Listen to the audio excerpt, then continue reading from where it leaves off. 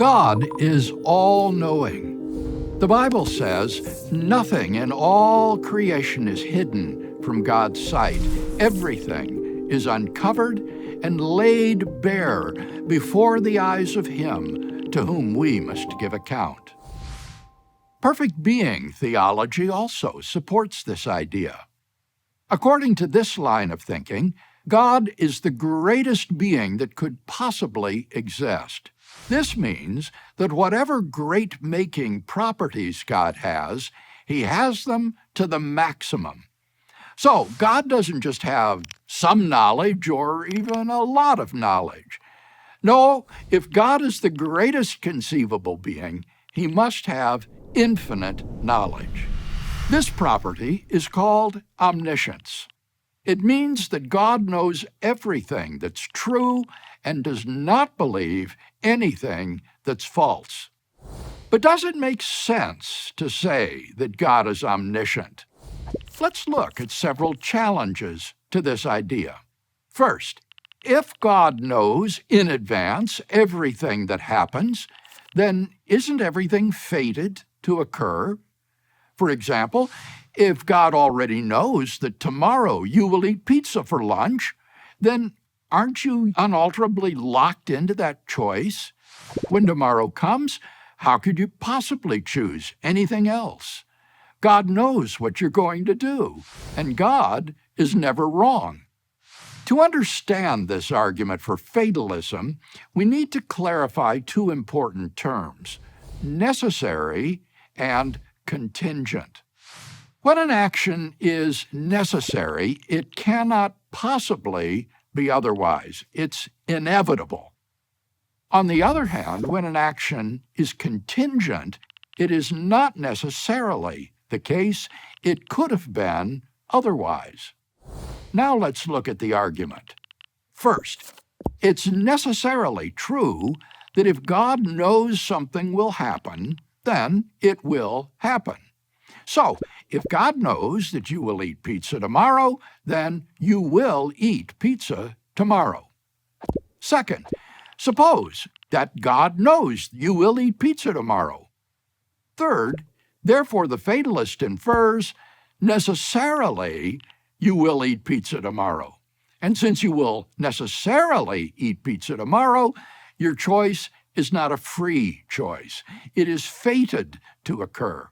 In other words, God's omniscience entails fatalism.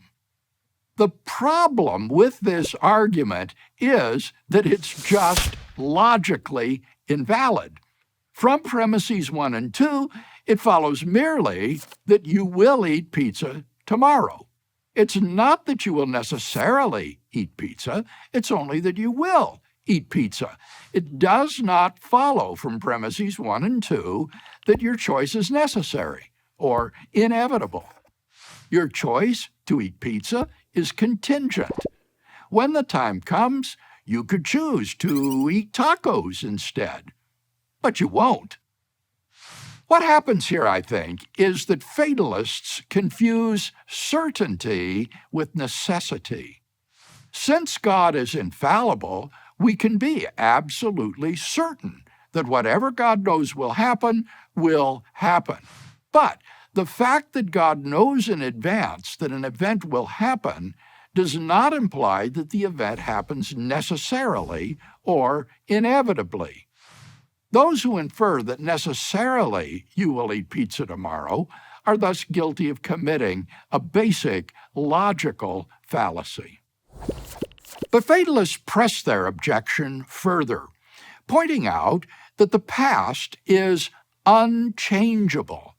If some event is in the past, then it's now too late to change it. If God knew yesterday that you're going to eat pizza for lunch tomorrow, then God's past knowledge of that future event cannot be altered. It's locked in forever. So, in their revised argument, fatalists have changed the second premise. Now, it's necessarily true that God knows you will eat pizza. But now the argument fails because the revised second premise is not true. And here's why. Suppose that God has always believed that on Saturday Jones would mow his lawn. If Jones were to decide not to mow his lawn, then God would have always held a different belief than the one he in fact holds. So, Jones has the ability to act in such a way that if he were to act in that way, God would have had different foreknowledge than he does. For if Jones were to decide not to mow his lawn, as he is free to do, then different future contingent propositions would have been true, and God, being omniscient, would have known them.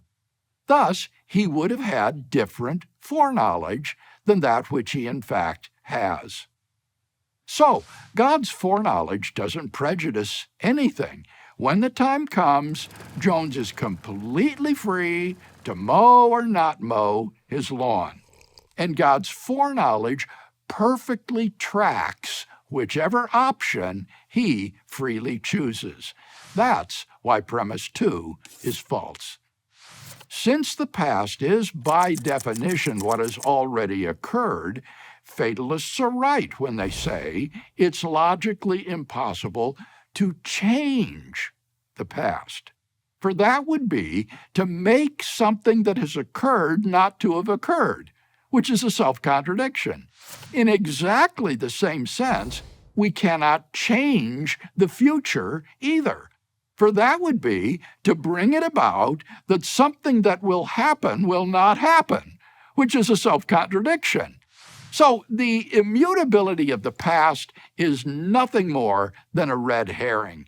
It doesn't support the case for fatalism. What's important here is that we have the ability not to change the past, but to act in such a way that the past would have been different. A third objection to God's omniscience holds that since the future is not determined, it's impossible for anyone, even God, to know what will happen. In responding to this objection, it's helpful to think about two models of divine cognition, the perceptualist model and the conceptualist model. The perceptualist model says that God knows things through something like sense perception. God looks and sees what's there. This model is implicitly assumed when people say that God foresees the future.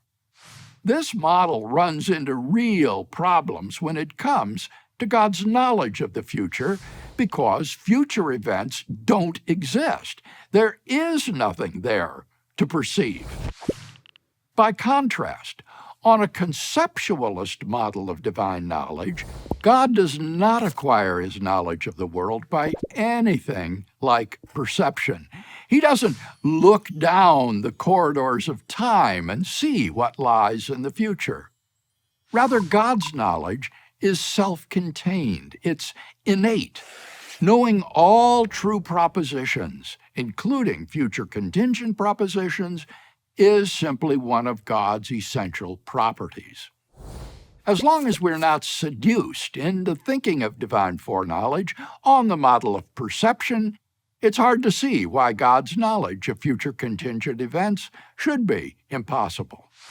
So, God's omniscience, including his knowledge of future truths, is not only coherent, it's perfectly compatible with human free will. In fact, it's awesome.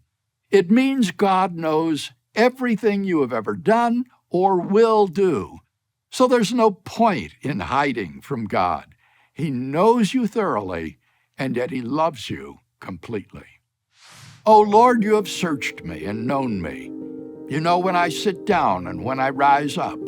You discern my thoughts from afar. You search out my path and my lying down, and are acquainted with all my ways. Even before a word is on my tongue, behold, O Lord, you know it altogether. You hem me in, behind and before, and lay your hand upon me.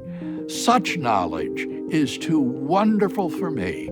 It is high. I cannot attain it.